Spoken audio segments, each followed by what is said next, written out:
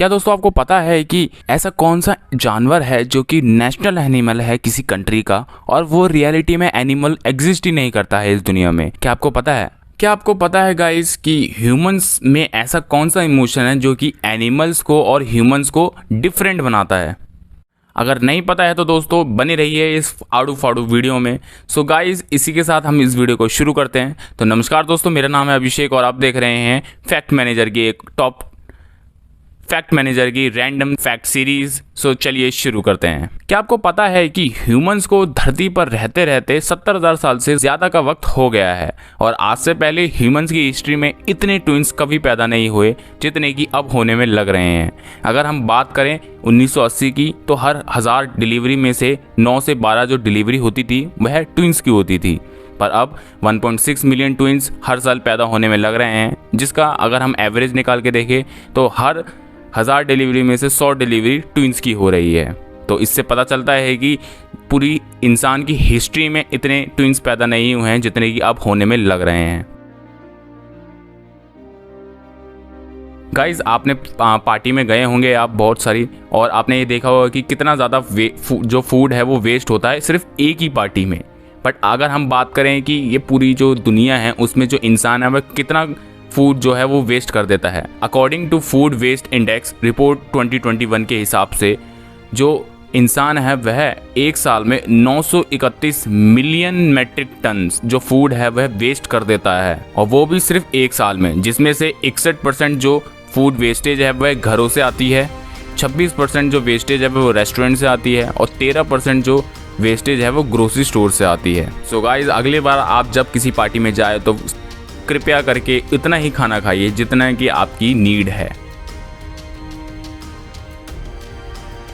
क्या दोस्तों आपको पता है कि जब लेडीज प्रेग्नेंट होती हैं तो उनकी हेयर एंड नेल्स जल्दी जल्दी ग्रो होने में लग जाते हैं? अगर यह नहीं पता है तो मैं बता देता हूं कि जी हाँ दोस्तों, जब लेडीज प्रेग्नेंट होती हैं तो उनके जो हेयर्स एंड नेल्स हैं वो जल्दी जल्दी ग्रो होने लग जाते हैं। अब आप पूछेंगे ऐसा क्यों होता है, तो मैं बता देता हूं कि जो ब्लड प्रेशर होता है लेडीज़ में प्रेगनेंसी के टाइम पे वो हाई हो जाता है, जिसकी वजह से जो ब्लड है वह नेल्स और हेयर्स में ज़्यादा पहुंचता है और जिसकी वजह से जो हेयर और नेल्स की जो ग्रोथ है वो और फास्ट हो जाती है as compare to normal situation. Guys जब धरती की सतह हिलती है तो हम बोलते हैं कि भागो भागो अर्थक्वेक आ गया। अगर हम यह बात मून पे जाके बोलें तो मतलब जब मून की जो सरफेस हिलती है तो हम उसको क्या बोलेंगे? तो हम बोलेंगे अर्थक्वेक आ गया। तो ऐसा नहीं है दोस्तों, मैं बता देता हूं कि जो यूएस जियोलॉजिकल सर्वे के द्वारा यह बताया गया है कि इनकी जो सतह जब हिलती है तो उसको मून क्वेक्स कहा जाता है। जैसे कि अर्थ पे जब सतह हिलती है अर्थ की तो उसको अर्थक्वेक कहा जाता है।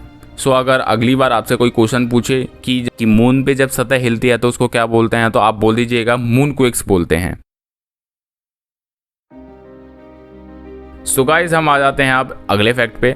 ऐसा कौन सा इमोशन है जो कि एनिमल्स को ह्यूमन से अलग बनाता है और जो सिर्फ इमोशन ह्यूमंस के पास है?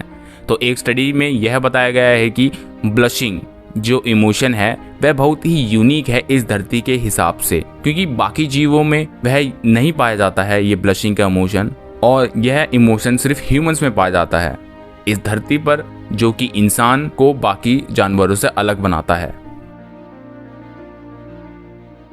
मैं आपको बता देना चाहता हूं कि यूनिकॉर्न जो कि एक जानवर है जो कि घोड़े की तरह दिखता है और उसके माथे पर कुछ ऐसा सींग लगा हुआ होता है जो कि नेशनल एनिमल है स्कॉटलैंड का, और रियलिटी में मैं बता देता हूं कि ऐसा घोड़ा एग्जिस्ट ही नहीं करता है। जी हाँ दोस्तों, ऐसा नेशनल एनिमल जो एग्जिस्ट ही नहीं करता है वह स्कॉटलैंड का नेशनल एनिमल है जिसको यूनिकॉर्न भी कहा जाता है।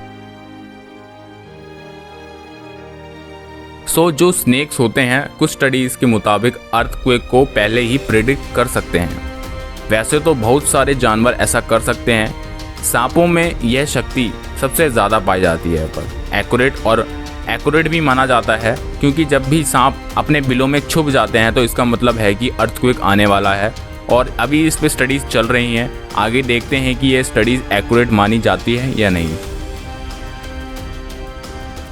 जब से कोरोना शुरू हुआ है हम यह सुनने में लग रहे हैं कि जो बीमारियां हैं वह फैलने में लग रही हैं, और अगर मैं बताऊं कि 2020 में दो बीमारियां जो हैं वो ख़त्म हो चुकी हैं इस पूरे वर्ल्ड से। तो मैं पहला बता देता हूं कि जो स्मॉल पॉक्स है, जो कि 25 अक्टूबर 1975 में ओरिजिनेट हुई थी, वह पूरी तरह वाइप्ड आउट हो चुकी है। और जो कि रिंडरेस्ट एक और बीमारी है जिसका आखिरी पेशेंट 2001 में पाया गया था और उसके बाद से आज तक एक भी पेशेंट नहीं आया है रिंडरेस्ट से जो कि ग्रस्त हो।